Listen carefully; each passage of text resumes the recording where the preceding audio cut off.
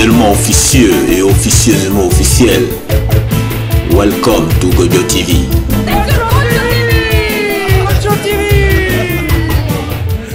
Like one tree to drop it hotter than island heat. Yeah, me with the island floor. I could have been just an idol. Hear some people say I don't grow up. Tell them when I'm back. En direct de Adjoa. Alors, Ben Nafal.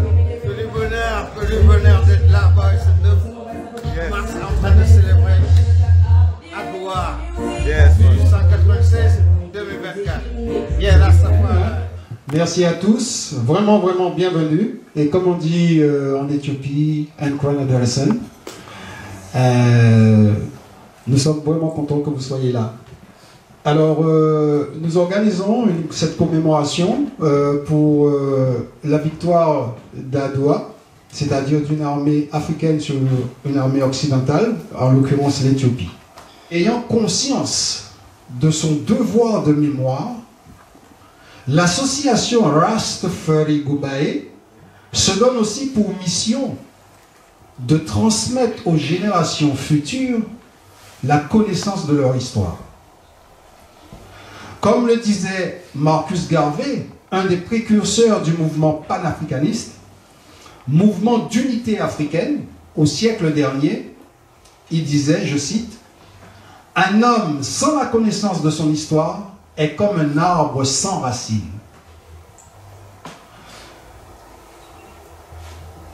Cette histoire que nous partageons avec vous ce soir est le fruit de saisons cueillies sur les branches d'un arbre séculaire de plus de 128 ans.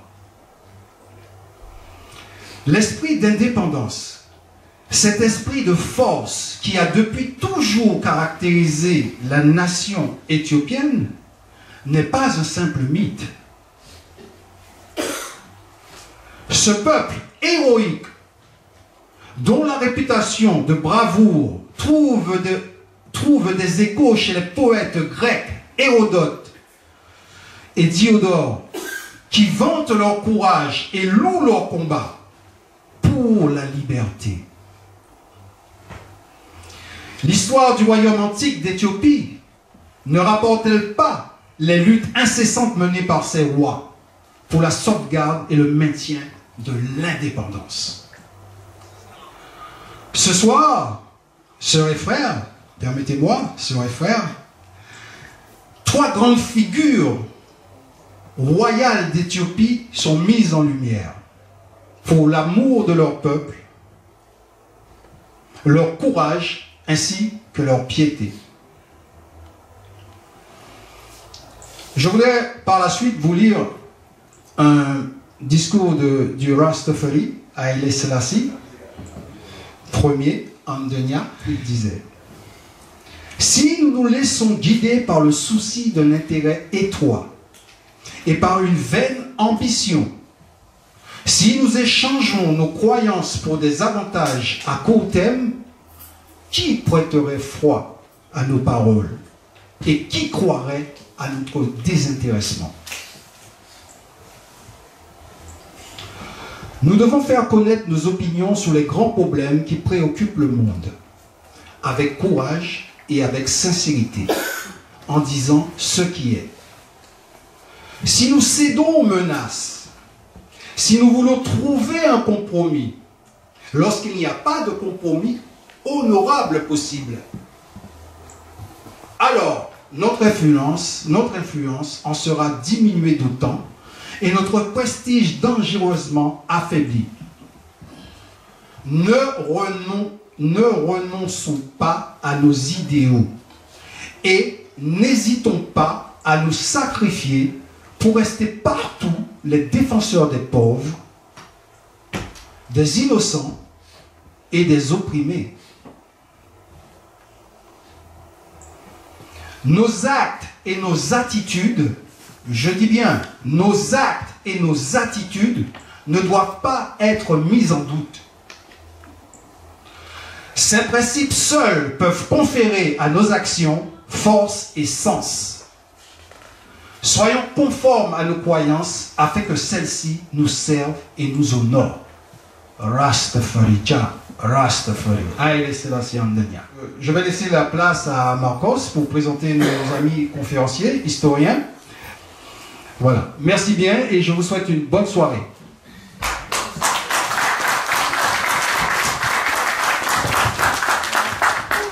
Oui, donc moi j'étais Marcos, je m'appelle Marcos Arumayo, je suis éthiopien. Et voilà, on va passer directement dans le programme du jour. Donc on va évoquer aujourd'hui la fête d'Adwa. C'est la bataille d'Adwa à Adwa qui a eu lieu le 1er et le 2 mars 1896 par le Nugusanagast Minilik II et l'armée italienne. Donc voilà, c'est le programme qui nous réunit aujourd'hui. Et pour en parler, on a deux personnalités parmi nous, le grand connaisseur de l'histoire de l'Éthiopie, et que je vais vous présenter et que je vais demander à venir s'installer sur la tribune. Donc on commence pour honneur aux femmes. C'est Dr Julia Bonacci, qui est Ras Delo Levi. Donc je vais essayer de vous les présenter rapidement pour leur donner la parole. Aux femmes, on commence par, je vous présente Julia Bonacci, c'est le docteur Bonacci, qui est historienne chargée de recherche à l'Institut de recherche de développement auprès de l'URMIS, l'Université Côte d'Azur à Nice. Donc elle est venue exprès aujourd'hui de Nice pour pouvoir partager son savoir.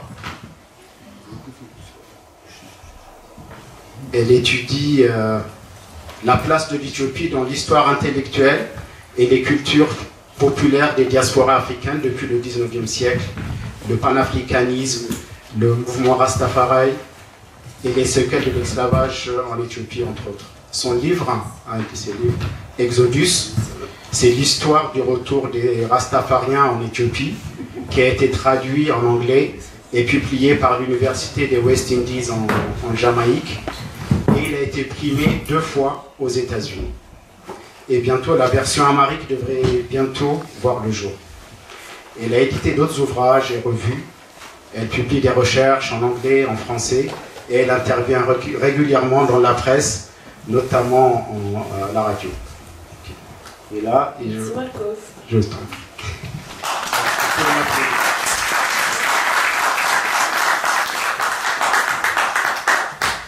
Et là, à ma gauche, c'est Haile Selassie, Ras Delo Levi. Il nous vient directement de Londres. Et il est membre et actuel aumônier du Local 3 de Londres. Il est membre fondateur Local 7 en Martinique. Il est membre Local 8 aussi de Paris également. Donc, aumônier par profession.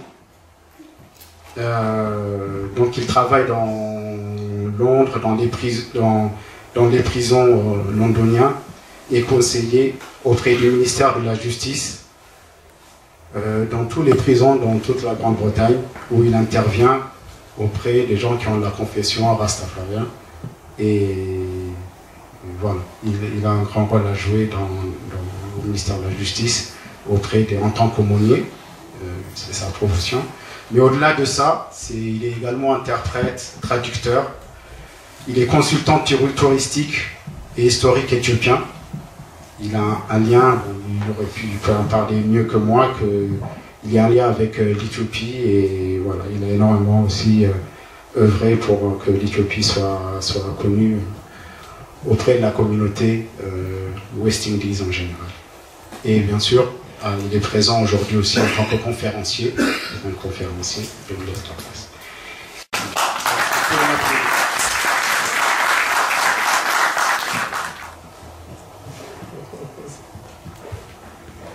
Oui, merci beaucoup Marcos. Bien, bonsoir. Salam Nacho. Salam Nacho. Batama masaganalo bazare Adoadim, menam Paris, Batama masaganalo. Je voudrais remercier, excusez-moi. Eh bien oui, nous sommes ici pour célébrer vraiment un événement important de notre histoire, de l'histoire de l'Éthiopie même, c'est de l'histoire de l'Afrique en général. Et c'est vraiment un grand honneur et un plaisir d'être ici, parmi les frères et les sœurs, les enfants de notre patrie très chère, l'Éthiopie. Eh bien, je voudrais certainement remercier les organisateurs, la présence de Joseph, et aussi M. Marcos, qui nous a fait un très bon résumé de ce que vous allez englober aujourd'hui, ce que vous allez avoir à digérer et à passer à la génération future.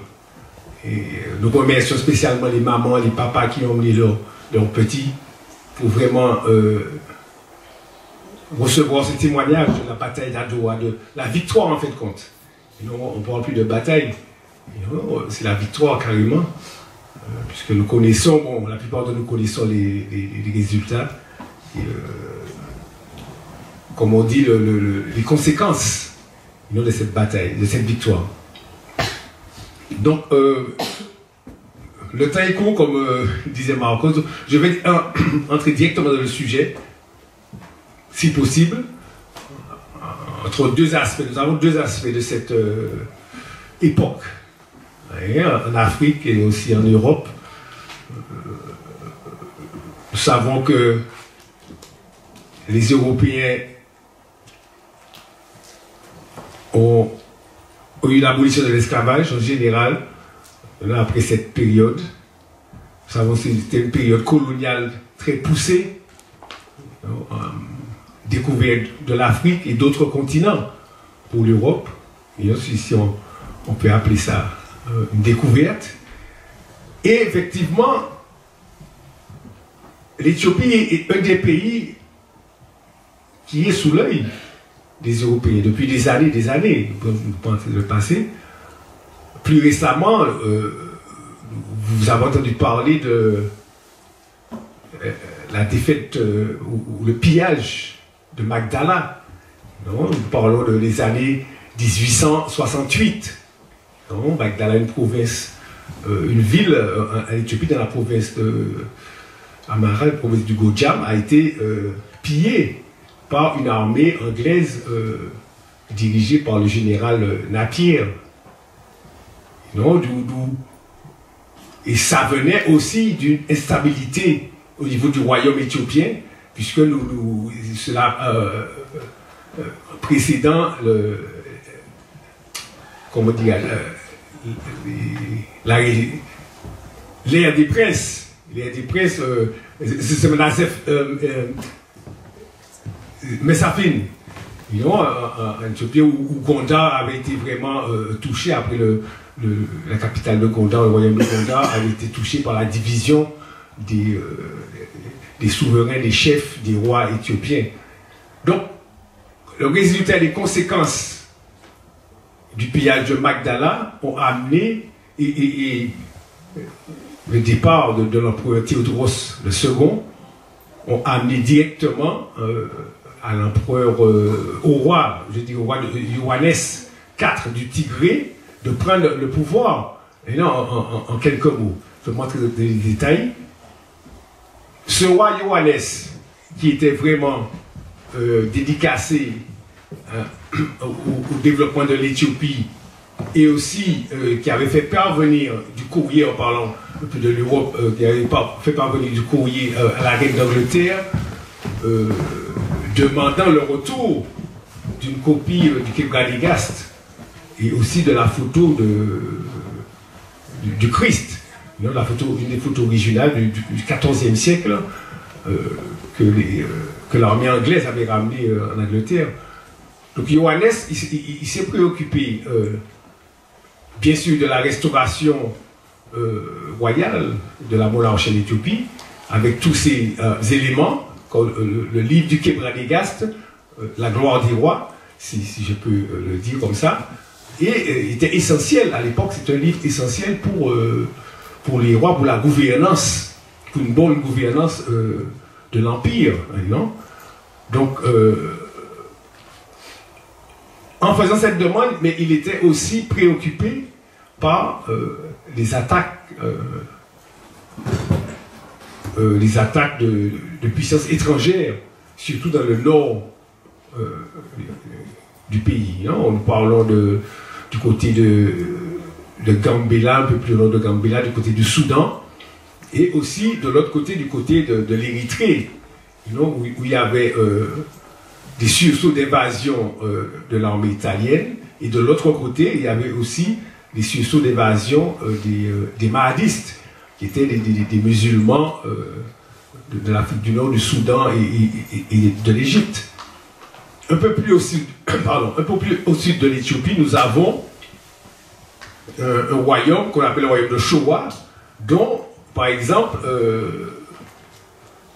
en quelques mots encore, le prince Ménélik, le fils de Haïlé Mélekot, qui était le fils de Salah Selassie, et donc le prince Ménélik a gagné après son intermédiaire, après son évasion, parce qu'il avait été capturé en fait par Théodros.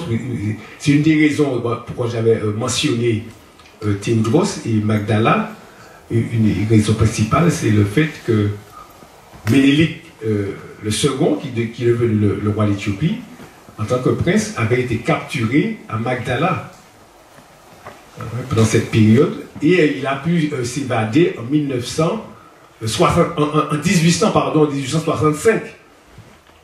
Ménélik s'évade, il est reçu par le peuple de sa région, il devient très puissant au niveau de son armée, et très apprécié par les peuples du Showa. Après 3 ans, comme je l'ai dit ultérieurement, il y a eu l'attaque et le pillage de Magdala en 1868. Donc, le jeune Ménélik qui acquiert du pouvoir dans le sud de l'Éthiopie aussi doit affronter une série d'attaques des musulmans, des provinces d'Arar, au sud-est, et province de la Somalie. Donc, et aussi, il a aussi à affronter, le jeune Ménélik,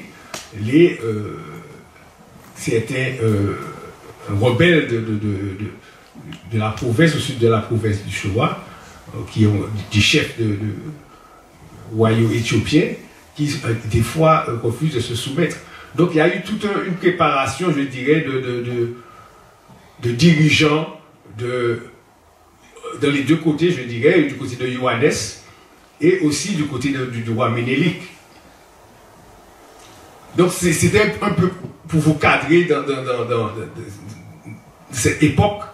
Et on est en 1800, à peu près, on est en 1880, 1884, à peu près une dizaine d'années avant Adoua, hein, donc, pour vous cadrer. Donc on arrive à un passage, je vais me tourner vers l'Europe, où la conférence de Berlin en 1884-1885, une conférence qui a duré quand même plus de 3 mois, à Berlin, en Allemagne, décide, une conférence avec les puissances, entre guillemets, les puissances européennes de l'époque, dont je ne vais pas citer les noms, vous connaissez très bien. La conférence décide le partage du continent africain, et évidemment, il constate qu'il y a une région qui n'est pas colonisée, une région qui n'est pas sous le contrôle de l'Europe, c'est l'Éthiopie. Ce qu'ils appellent à l'époque Abyssinia. Voilà. Alors, Abyssinia, Éthiopie, donc il y a tout un grand débat qui sera digne, puisqu'ils ont entendu parler depuis des siècles. L'Europe, quand même, a des relations, ne serait-ce commerciales au moins, avec l'Éthiopie. Soit des Portugais, des Anglais, les Écossais, tu vois, etc. Et bien sûr les Français qui ont eu, en fin de compte, le gouvernement français, la royauté française à l'époque, avait reçu une copie du Cape Granegast. Nous parlons quand même à l'époque du Roi Soleil, hein, 15e siècle, ici en France. Il recevait déjà une copie du livre de la gloire des rois, le Cape Granegast. Donc il a relation avec la France, date de centaines d'années déjà, une relation quand même assez établie. D'autant plus que nous savons que le grand-père, l'arrière-grand-père de Ménélique achetait des armes du gouvernement, avait fait une acquisition d'armes, avait acheté des armes au gouvernement français, ça date de... Et il y avait une relation commerciale aussi, un besoin de relations diplomatiques avec la France depuis des années. Donc, nous voyons l'Italie, par exemple, qui demande, durant cette conférence, d'annexer l'Éthiopie. Sosé dit, même les Anglais disent, ok, nous, on y a déjà été, ça n'a pas été facile, mais faites attention, allez-y. L'accord, le consensus global, les nations européennes acceptent que l'Italie se dirige et annexe l'Éthiopie en tant que colonie. Nous sommes, comme je dis, nous sommes en 1885 maintenant. Dans les années 1800, quelques années plus tard, on assiste à certaines relations commerciales avec l'Italie, entre l'Éthiopie et l'Italie, une certaine intégration au niveau du canal de Suez, oui, et de l'Érythrée, sur la côte érythréenne. D'où, par exemple, l'importation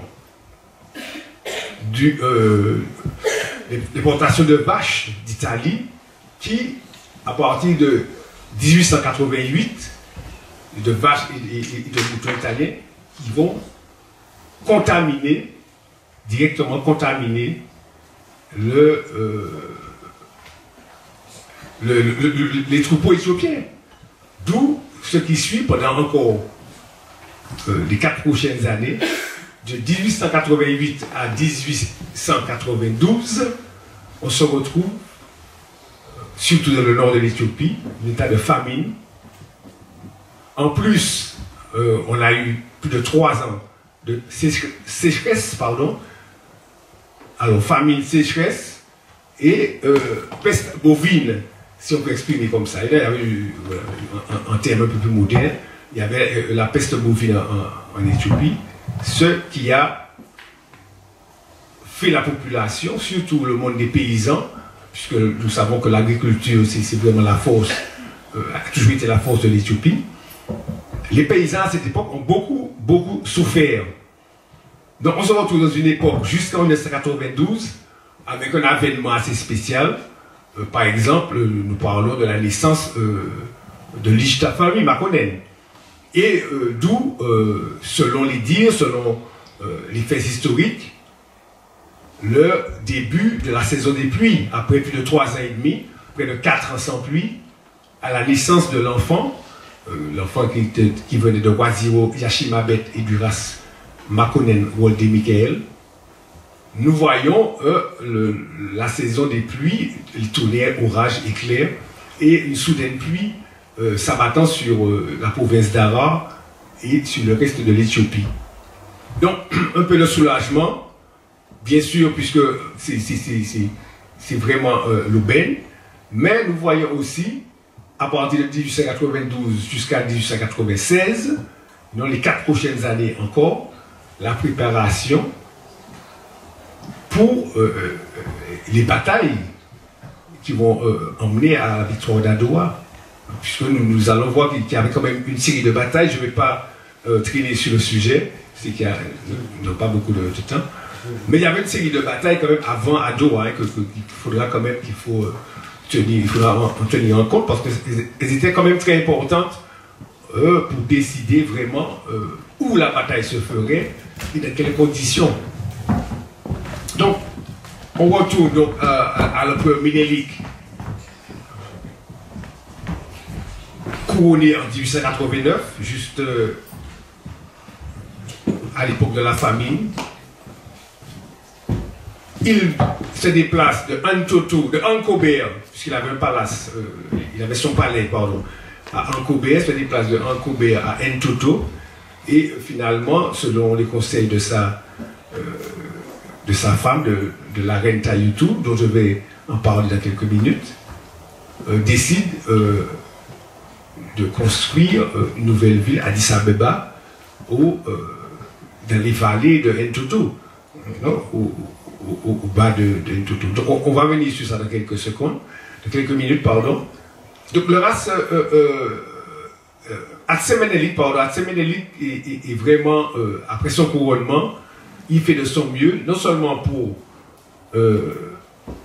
développer l'aspect diplomatique avec les nations européennes, mais aussi pour apaiser la souffrance de son pays qui, comme je vous l'ai dit, subissait la famine, la sécheresse et des moments difficiles en tant que de leur agriculture. Donc il avait pris une décision, une loi de réduire les taxes, spécialement les taxes des paysans, tous les impôts. Bon, c'était vraiment un côté très généreux qui a permis au peuple éthiopien, tu vois, sa générosité, sa bonté a permis au peuple éthiopien de lui faire confiance et de pouvoir se rallier autour d'un leader, autour d'un chef qui semblait plus probablement honnête, très honnête dans ses démarches. Donc c'était le roi Ménélik. Non sans penser à sa reine, la reine d'Éthiopie, Tayutu, était aussi une femme de conviction et qui menait avec le roi, le royaume en bonne tenue. Tayutu, c'était une femme très sérieuse de ses convictions et comme la majorité des femmes éthiopiennes, comme vous le savez, des vraies, comment dirais-je ça, des valeurs humaines incontournables dans la société éthiopienne. Vous savez que, comme ils disent, bon, peut-être ne comprenez pas, mais c'est un peu le créole de la Caraïbe.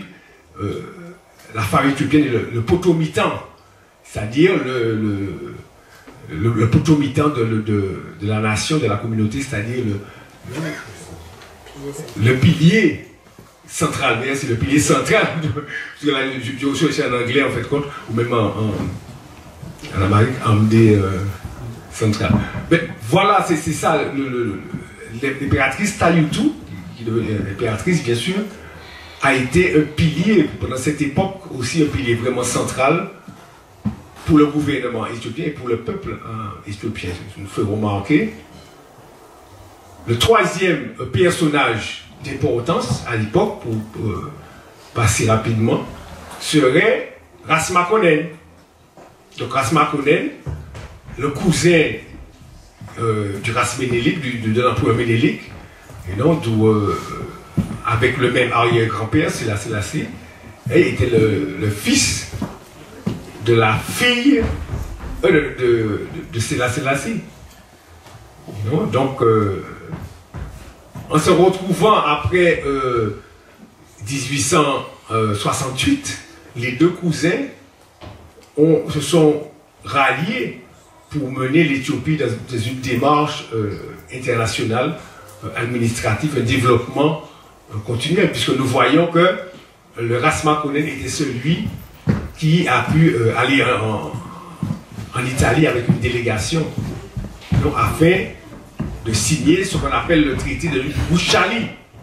On va arriver sur ça très bientôt. Tu vois, le traité de Bouchali a été signé entre le gouvernement italien et le gouvernement éthiopien. Donc, tu vois, Makonnen, avec une délégation, avait été envoyé par le roi Ménélik pour justement, déjà pour visiter, pour voir les opportunités commerciales ou quoi que ce soit, mais aussi pour visiter un peu l'Europe. Donc, traité signé dans les deux langues, nous arrivons au point, mais en fin de compte, il y a un traité qui a à peu près une vingtaine d'articles, mais l'article 17 diffère dans les deux langues. Alors, en italien, on parle de protectorat.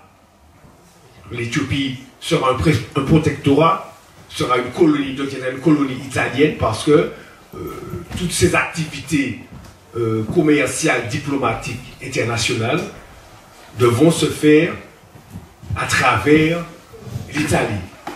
Ça, c'est la version italienne de l'article 17. La version éthiopienne de l'article 17 en amharique, langue officielle éthiopienne à l'époque, puisque nous savons depuis l'époque du roi Théodros le second, l'amharique est devenue la langue officielle par gouvernement. Donc, en amharique, l'article 17 nous dit que l'Éthiopie, si il le souhaite, pourra se servir de l'Italie pour communiquer avec d'autres pays européens. Si l'Éthiopie est volontaire, selon sa volonté, l'Éthiopie peut demander à l'Italie, en résumé quoi, certaines aides pour communiquer avec d'autres pays. Donc la différence c'est que l'Éthiopie doit le faire et que de l'autre côté on entend que l'Éthiopie peut utiliser sa propre volonté. Donc c'était là où le point, et nous pouvons remercier encore Rasma Konen et le traducteur éthiopien qui était en Italie ensemble et qui, c'est ce traducteur éthiopien qui a remarqué la différence entre entre l'italien et donc évidemment on fait appeler l'ambassadeur italien au palais de l'empereur Ménélique. Grosse conversation, grosse dispute, en quelques mots. L'empresse Tayotou réfute tout accord avec l'Italie sur cet article, tandis que bon, le jeune envoyé italien ne veut pas changer ses dires puisqu'il avait été envoyé par le gouvernement pour confirmer que voilà, c'est ça vraiment notre plan. Nous venons pour avoir mes mises sur vous. Que vous voulez ou que vous ne voulez pas, nous venons vous représenter, vous coloniser. Et bon, vous devez signer ce papier et laissons chose faire, si on peut dire. Donc la première voix qui a été élevée, c'est la voix de l'impératrice. Si vous avez qui a dit, si vous avez votre dignité, vous pensez que vous pouvez nous attaquer, nous aussi, nous avons notre dignité et nous pouvons nous défendre. La deuxième fois de Ménélique, qui était décisive, nous n'avons pas besoin de l'Italie pour diriger nos affaires. Nous ne deviendrons pas un protectorat. L'Éthiopie tiendra, va envoyer ses mains vers Dieu. Vers Exabir, l'Éthiopie va envoyer ses mains vers Exabir pour la sauver. Pour de la Bible. Donc, refus total. L'envoyé italien repart très vexé. Et si vous voulez la guerre, on aura la guerre. Donc, il retourne en Italie. Rapport au roi, je crois que c'était le roi Umberto à cette époque. Et l'Italie, qui avait déjà des troupes en Érythrée, aux frontières de l'Érythrée, décide d'amasser plus de troupes, de les faire bénir par le pape italien du Vatican, par l'Église catholique, et décide maintenant d'attaquer l'Éthiopie. 1896, donc nous voyons aussi une analogie, l'enfant est né en 1892, et quand même, en 1896, il y a une attaque pour la destruction du peuple éthiopien. En 1892, entre 1892 et 1896, comme je le disais, il y a une préparation non seulement au niveau extérieur, au niveau européen, mais aussi au niveau éthiopien, au niveau du gouvernement éthiopien, du peuple éthiopien, puisque nous voyons que tous les généraux, les races Aloula de Tigré, Teklai Manok du Gojam, bien sûr race Makonnen, tous se préparent, Djamach Balcha, Anoromo, tous se préparent pour affronter et défendre, puisque le but de la mission, c'est vraiment de défendre l'Éthiopie. Ce n'est pas de porter la guerre, mais de pouvoir défendre l'Éthiopie pour que l'Éthiopie garde sa souveraineté, son indépendance et la liberté profonde de l'homme. Je sais pas, pour ceux que l'Éthiopie représente depuis des millénaires, non, avec plus de 3000 ans d'histoire écrite, tu vois, bon, quand même, la dignité, la liberté de l'homme a toujours été un élément essentiel. Et je crois, nous croyons pour le peuple éthiopien et le peuple, en tant qu'exemple, pour notre peuple africain, en général, et panafricain. Donc, en 1895, nous nous approchons à Doha définitivement. En 1895, en septembre, le roi Ménélik, donc l'empereur Ménélik, proclame la mobilisation générale de l'Éthiopie, où nous allons voir non seulement l'armée de toutes les régions se rassemble, mais aussi les paysans, les agriculteurs, les forgerons et même les membres de l'église orthodoxe éthiopienne à l'époque sur le coptique, avec en tête l'Abouna Mathéos, qui était à l'époque Abouna, même l'église va jouer un très grand rôle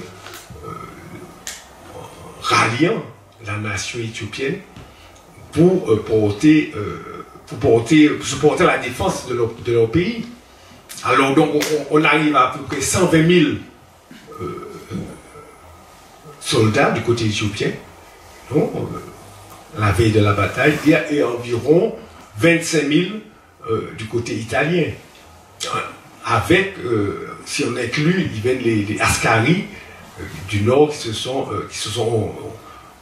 inclus, qu'on a fait inclure dans l'armée éthiopienne. Donc, Ras Makonnen a son armée, comme je le disais, l'empereur Ménélik a son armée, et ce qui est le plus surprenant, Itege Tayutu, l'impératrice Tayutu, a aussi son armée, ce qui est assez rare, tu vois, de l'histoire africaine, comme vous le voyez. L'impératrice a une armée d'environ 3000 hommes et de femmes éthiopiennes préparées, entraînées, voilà, puisqu'il a fallu quand même, comme je disais, des précautions de bataille, comme la bataille de Dogali, la bataille de Adigrat, pour ceux qui connaissent le Tigré, la bataille de Mekele, qui ont été très importantes, et même la bataille de Amba Ali, aussi. Donc, nous avons pu voyager à Doha. J'ai eu l'opportunité, l'honneur de voyager à travers Mekele, à Doha et Amba Ali, et être sur le lieu et ressentir effectivement cette armée sur quelques dizaines, centaines de kilomètres qui étaient prêtes à se défendre pour l'honneur de l'Éthiopie et pour l'honneur de tous les peuples africains du monde. Nous allons voir ça avec nos chers conférenciers dans quelques instants. La fortification de Mekele, nous revenons sur Mekele puisque nous arrivons vraiment janvier 1896 maintenant. Les Italiens font une poussée, bien qu'ils étaient battus dans des petites batailles, mais ils font une poussée et s'installent dans le fameux fort de Mekele, au nord de l'Éthiopie, comme nous connaissons Tigré, et arrivent à s'installer et prendre garnison, et avec à peu près plus de 5000 hommes, et les autres sont retraits, ils s'approchent, et effectivement, il y a même taille du tout, de moins à l'emploi. Bon, mais qu'est-ce qu'on attend? Bon, il faut qu'on y aille, on ne voit pas, tu vois, ils s'approchent petit à petit, jour après jour, on voit que les Italiens s'approchent du territoire un peu plus central de l'Éthiopie. Donc, le prêtre, le Abuna, le grand prêtre, a une demande de faire la cérémonie, de faire les prières, préparer. Donc il y a toute une série de prières et aussi l'accompagnement de ce qu'on appelle les tabotes.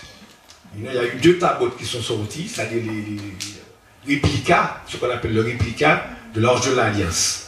Alors on a le tabot de Saint-Georges, Saint-Georgis, original à l'Éthiopie, et l'autre tabot qui était le tabot de Kidous, Mariam, cette mairie.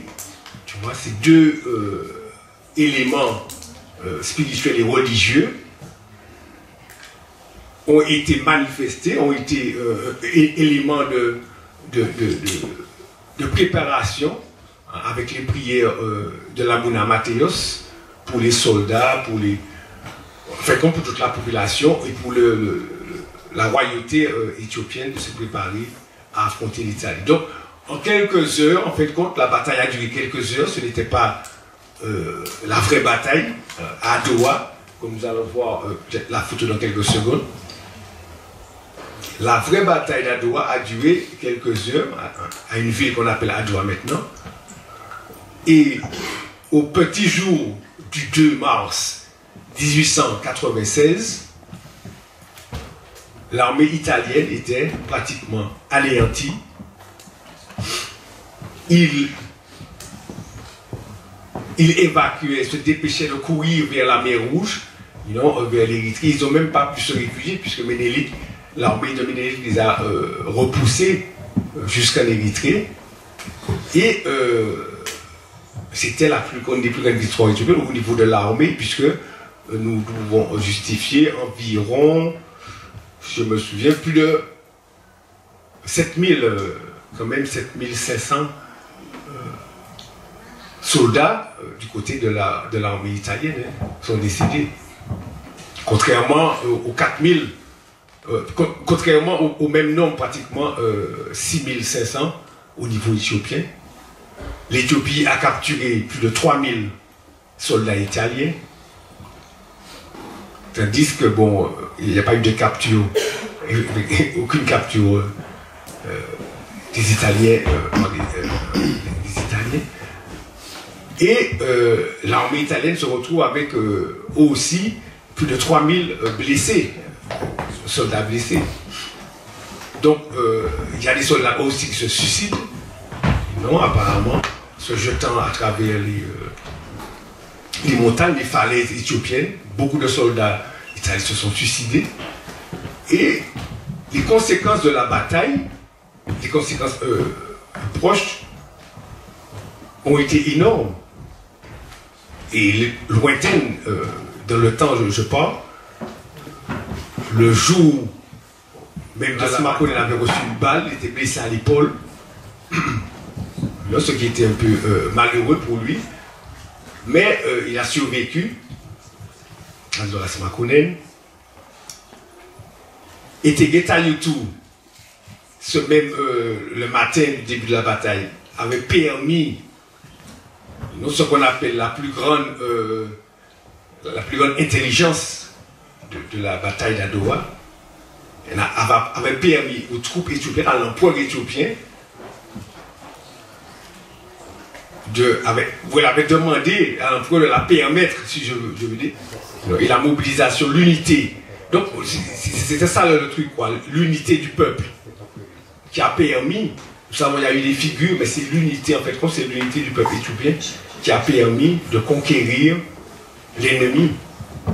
Sur ce, je vais vous laisser la parole, je vais m'adresser un petit mot en anglais, parce que je vis quand même à Londres, et c'est vraiment un plaisir, puisque à Londres, nous avons pas mal d'événements culturels avec la communauté éthiopienne, et c'est vraiment un plaisir. La semaine dernière, nous étions dans un événement pour célébrer Adowa, c'était une grande joie encore pour la communauté, pour la famille, de se retrouver et de remémorer surtout pour les jeunes, pour les moins jeunes, la victoire, le symbole de la victoire et la continuation de notre combat pour la liberté, l'indépendance, l'autodétermination et l'amour pour toutes les nations du monde, pour l'humanité en général. There was a war in Adowa, a great battle in Adowa. Some Italians come from Ethiopia, and because a war in Adowa was there. The Mari Menelik, Etegeta Yutu, Ras Makonen, Rasalula, Tijash Mashbalcha. What am I doing? Fire burn pon Rome, fire burn Vatican, fire burn Popol, fire burn Vatican. It was a war in Adowa. There was a war in Adowa, a great battle in Adowa. Some Italians come from Ethiopia. It caused a war in Adowa. Who was there? Garmawi Menelek, Etegeta Yutu, Ras Makonen, Rasalula, Tejash Machbalcha. Merci encore, merci encore.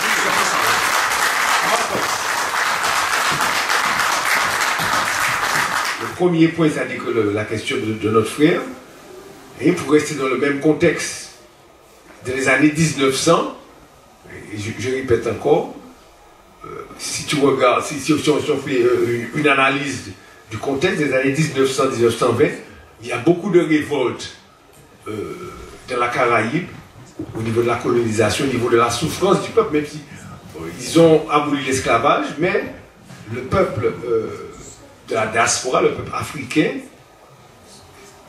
est toujours en train de subir une forme de submission, d'oppression, d'abus. Nous voyons toutes les révoltes aux États-Unis, en Jamaïque, à la Barbade, même dans les îles anglophones, les années 1900, 1910, etc., 1920, qui amènent à ce souci de libération, mais en même temps, de l'autre côté, on a un resserrement et d'autres techniques utilisées par les colonisateurs pour maintenir les peuples en place. Lors de la Première Guerre mondiale, une quantité énorme de soldats caribéens, pro-américains, même africains, ont été emmenés sur le champ de bataille. Deuxième Guerre mondiale, ça a été pareil. Et après ça, il y a eu, on peut dire, la diversion pour la reconstruction de l'Europe. Puisque, comme le disait notre chère sœur Julia, on avait un pourcentage du peuple afro-américain. On parle du Libéria, on parle de l'Éthiopie, on parle du Ghana, même de l'Afrique du Sud. Mais un pourcentage du peuple qui était prêt à retourner depuis cette époque-là en Afrique. Mais il y a eu pas mal de diversion, pas mal de blocages, pas mal de propagande pour pousser notre peuple à se diriger vers l'Europe, reconstruire l'Europe, développer l'Europe. Comme il disait peut-être en Angleterre à l'époque, les rues sont couvertes d'or. C'était une des idées pour que les gens viennent. Ici, c'était pareil, l'époque du Bumidum, par exemple, où nos parents, nos grands-parents ont été plus ou moins forcés à venir donner un coup de main à la France, redévelopper l'Europe après la Deuxième Guerre mondiale. Donc, il y a eu cette position toujours ambiguë, et jusqu'à maintenant qui est ambiguë, bien même que l'organisation africaine a été créée, l'OUA, maintenant c'est l'Union africaine, AU, mais il y a toujours la question d'indépendance totale, la question de souveraineté union qui est toujours remise en question, puisque on a toujours des interférences. Bon, maintenant, on entend parler de la Chine, de la Russie, d'une certaine nation qui vraiment s'intéresse de plus en plus au continent, aux richesses, même aux jeunes africains en ce moment. Donc je pense, il y a un moment, effectivement, comme tu dis, nous avons réalisé que ce n'est pas facile, que la liberté ne vient pas en un mot ou en quelques jours ou en quelques mois, mais dans une résistance continue et une forme d'éducation, de connaissance très importante pour la jeunesse, bon, pour nous-mêmes, mais aussi pour les jeunes, pouvoir développer cette propre connaissance, comme ils disent, connais-toi toi-même. Tu vois, de le royaume Kémet ou de le royaume de l'ancienne Égypte, dans l'ancienne Éthiopie, la valeur d'un homme, c'était de se connaître lui-même et de pouvoir aider ses compatriotes, de pouvoir aider sa nation et son peuple. Donc je pense que à ce niveau-là, c'est un pas qu'on devrait, nous accorder, nous permettre de franchir et de s'intéresser un peu plus à notre culture et à notre histoire. Voilà, si on peut répondre à ces trois questions. Marcos, merci. Érythrée pure, etc. Donc on exile pendant au moins 4 ans, puisque l'empereur a dû rentrer un petit peu avant. L'impératrice est restée jusqu'en 1941 en Angleterre. Elle a eu des discours à la Société des Nations, à l'Association des femmes internationales à l'époque. Elle a eu le support de gens comme Sylvia Pankhurst, qui était une Anglaise, mais qui s'est mise à la défense de l'Éthiopie à l'époque et qui a même fait de la prison en Angleterre parce qu'elle défendait la cause de l'Éthiopie. Donc avec tous ces liens, Etege Menen et son apport, tu vois, expliquant au monde les discours à la radio, etc., expliquant au monde la tristesse que les femmes subissent lorsque la guerre, puisqu'elle disait que les maris, les fils, surtout, laissent la maison, partent, et bon, qui sait quand est-ce qu'ils reviendront. Et la grande tristesse aussi de voir tant de personnes assassinées, tant d'innocents assassinés. Donc, la guerre, ce n'est pas une solution fiable. Ce n'est pas une solution fiable pour l'Éthiopie, et même pour l'humanité. Dans tous les discours qu'elle a fait pendant cette époque, elle s'est basée là-dessus. Le retour en Éthiopie en 1941-42 était triomphal, non seulement pour l'empereur, mais aussi pour elle, puisqu'elle s'est remise à la tâche. Et c'est là qu'elle a recommencé à investir son argent personnel, mais aussi à créer des emplois, à aussi faire des étrangers venir en Éthiopie sous son propre support financier, etc., pour développer, aider dans les écoles ou dans les hôpitaux ou autres établissements qu'elle fondait. Jusqu'en 1950-55, la première école pour les filles en Éthiopie, ça a été créé par Etege Menen. Les filles. La première école pour les aveugles a été créée par Etege Menen aussi, Etege Menen Asfa. Il y a eu d'autres églises, comme j'ai parlé de Kidane Meret, qu'elle a construit ou qu'elle a réparé. Il y a les hôpitaux qu'elle a soutenus et qu'elle a aidé, et c'était quelqu'un qui s'occupait du pauvre, du malade en général dans son pays, et des gens qui dans le besoin. Donc sa générosité, mais aussi son rapport en tant que conseil pour l'empereur était d'une valeur inestimable. On disait qu'elle était une conseillère permanente, apportant ce soutien à l'empereur et à sa famille, bien qu'ayant perdu des enfants durant toutes ces années. Mais sa ténacité dans le travail et représentant la nation ont payé ses fruits. Et pour terminer, en 1961, exactement le 15 février, après une petite maladie, les Prince Ménène donnent son dernier souffle de vie à Addis Abeba.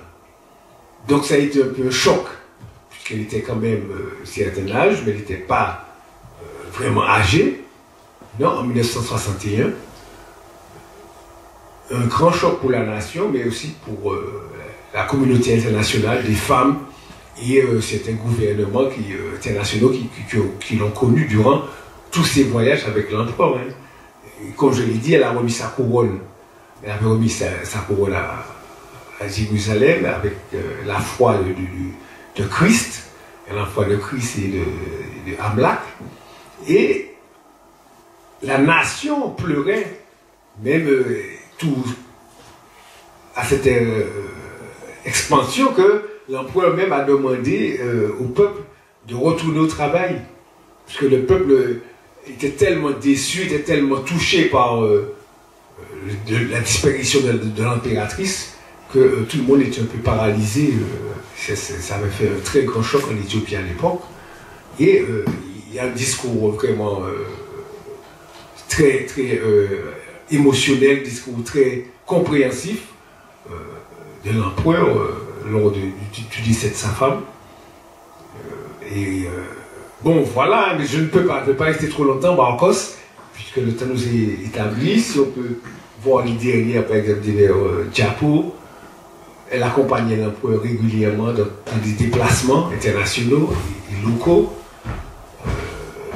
Elle était très intéressée par l'éducation de ses enfants, qu'elle a en Angleterre, en France même, et aussi aux États-Unis. Elle était une mère dévouée, et ce qu'on l'appelait aussi en Éthiopie, je crois, Amaye. Elle avait ce nom, un petit surnom qu'on lui donnait, Amaye, la mère de la nation. Voilà. Et en ce temps, il est bon comme on a vu hier, de respecter nos femmes, d'encourager nos femmes et de garder en mémoire ce qu'elles ont fait, puisque sans la mère, sans la source de la vie, en fait, compte. Parce que quand on voit maman, on dit maman, ma mère, c'est la source de la vie. Sans la mère, il n'y a pas d'éducation. Même sans la mère, il n'y a pas de nourriture. Parce que nous voyons dans nos communautés, c'est maman qui s'attelle à faire à manger, maman qui s'attelle à laver les vêtements, maman qui s'attelle à garder la maison propre, maman qui s'attelle à s'occuper des enfants et de leur succès scolaire. C'est vraiment, comme on disait, le pilier de notre société. Et une personne comme personnalité comme l'impératrice Ménène doit être quand même soulignée, comme on dirait dans les écoles, dans nos centres culturels, dans nos activités même journalières. De nous rappeler tout ce qu'elle avait, puisque en une soirée nous ne pourrons plus, le temps ne nous permet pas d'aller dans... Mais faites vos recherches et considérez vraiment l'apport d'une femme dans cette humanité, dans ce monde moderne, puisque Christ Ménène quand même date de quelques années, l'apport d'une femme de valeur, et comment ça nous permet de continuer, ça nous donne le courage et l'espoir de continuer à vivre bien avec notre famille, nos voisins et nos frères et sœurs dans le monde. Sur ce, je remercie encore les organisateurs, mais je vous remercie surtout.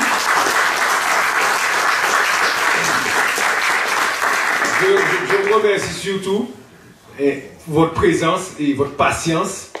Et j'aurais aimé quand même que vous faites vos commentaires, bien sûr, avant que nous quittions. Donc je vous laisse la parole s'il y a des questions et surtout des commentaires pour soutenir toutes les femmes, surtout nos mères, nos femmes de la diaspora, les femmes du continent africain, nos femmes éthiopiennes, pour les soutenir dans le bon travail qu'elles ont fait depuis des siècles et des siècles.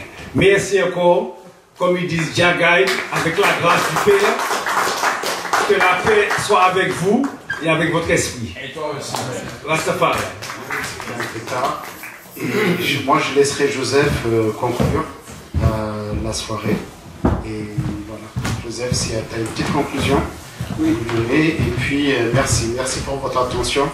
Merci François aussi pour ta patience et tout ce que Ah oui, oui, j'aimerais, oui, merci. Il faut beaucoup applaudir François. Parce que, alors, conclure. Moi, je dirais que l'homme ne se nourrit pas que de pain, mais l'homme se nourrit aussi des bonnes paroles, de la bonne connaissance qui l'élève en esprit et en âme. C'est important, pourquoi? C'est pour ça que notre association a choisi de faire aussi des événements culturels, parce que, bon, je veux bien, moi-même je suis artiste musicien, donc je peux vous dire que la musique j'aime, il n'y a pas de problème, mais je trouve que ça serait bien aussi qu'on commence à changer, à faire des débats culturels, parce que c'est important pour nous, cette nourriture, de comprendre, de connaître notre histoire, et comme disait une sœur, effectivement, qui nous a interpellés, le mieux, on dit à chaque fois de transmettre aux enfants, mais c'est vrai qu'il est bon maintenant aussi de complètement saisir les enfants et de leur inculquer cette nourriture, bien sûr, avec amour, bien sûr, avec compréhension, pas aucune brutalité. Mais c'est un devoir. Moi, je crois que c'est vrai, c'est un devoir. Parce que, comme ça, à l'avenir, on sait qu'on peut constituer des gens, des peuples, qui, eux, vont pouvoir s'entendre avec cette connaissance de savoir que personne n'est rien tout seul et qu'on a tous besoin l'un de l'autre. Voilà, ça c'est important. On le sait, mais on n'arrive pas à le maîtriser, on n'arrive pas à le faire. Donc aujourd'hui, ce soir, cet événement nous montre aussi que notre histoire, elle est riche et que nous pouvons puiser dedans, nous nourrir et comme ça engager notre avenir aussi avec des bonnes résolutions, une bonne force, une bonne compréhension de la vie et des bonnes valeurs morales. Voilà, donc je vous remercie d'être venus, sachant que c'est le spirituel qui nous guide et que nous lui devons cette confiance et que nous lui devons cette foi et qui nous montre, qui nous guide dans notre avenir et que toutes ces choses, toutes ces richesses spirituelles, morales et je dirais même matérielles parce que l'Afrique est riche, l'Éthiopie est riche, il y a tout ce qu'il faut. Donc voilà, prenons conscience dès ce soir, demain, après-demain, que toutes ces choses-là sont vraiment très, très, très importantes et je dirais cruciales. Merci à vous. Donc on remercie aussi les historiens. Donc je veux beaucoup d'applaudissements pour Julia aussi. Voilà. Beaucoup, vraiment, parce que je vous rappelle qu'elle est docteur. Elle est docteur en histoire. Hein. Moi, je l'ai connue il y a quelques années et j'ai vu, j'étais présent quand elle a passé sa thèse et c'était impressionnant. Donc voilà, merci beaucoup Julia, vraiment, merci. Bien évidemment aussi, notre frère Amdé Selassie, merci beaucoup, c'est un frère que je connais. On a passé nos mouvements Rastafari ensemble, on vivait même ensemble à l'époque, hein, c'est ça, dans les années 80, ça nous est arrivé de partager quelques mois dans une même demeure avec d'autres personnes aussi, son cousin, tout ça. Et vraiment, je suis vraiment très content parce que j'ai appelé Levi, sachant, on l'appelle aussi Levi. Lévi, ouais, il dit Lévi, ici on dit Lévi. Et parce que je sais que c'est un passionné, hein, c'est un très grand, il est passionné de l'histoire et franchement il va chercher aux petits détails dans les recoins, un peu comme Juju, Julia qui est une fouineuse même elle va déterrer des choses qu'on n'aurait même pas pensé. Et Amdé Selassie, c'est vraiment la passion, l'amour, le cœur, il fait ça avec son cœur, il n'a pas de titre, mais c'est un historien. Voilà.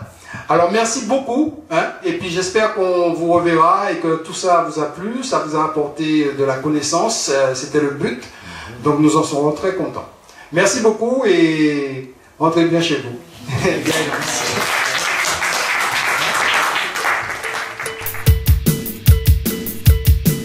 bientôt sur Gojo TV.